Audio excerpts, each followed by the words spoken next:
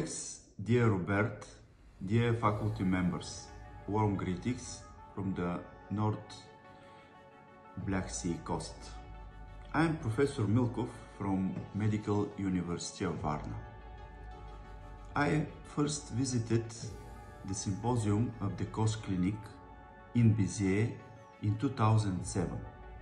I was very impressed by the perfect organization, the high scientific and practical level of operation in the field of otology.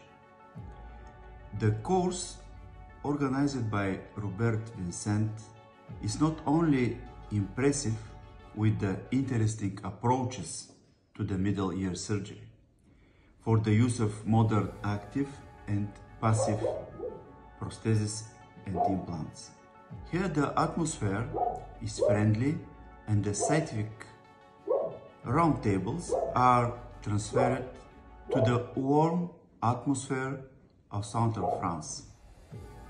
As long-time participants of this society and faculty member, I congratulate Robert's entire team as well as the participants of this remarkable 25th anniversary, and I wish you many more years of this highly scientific and extremely interesting World Otological Forum.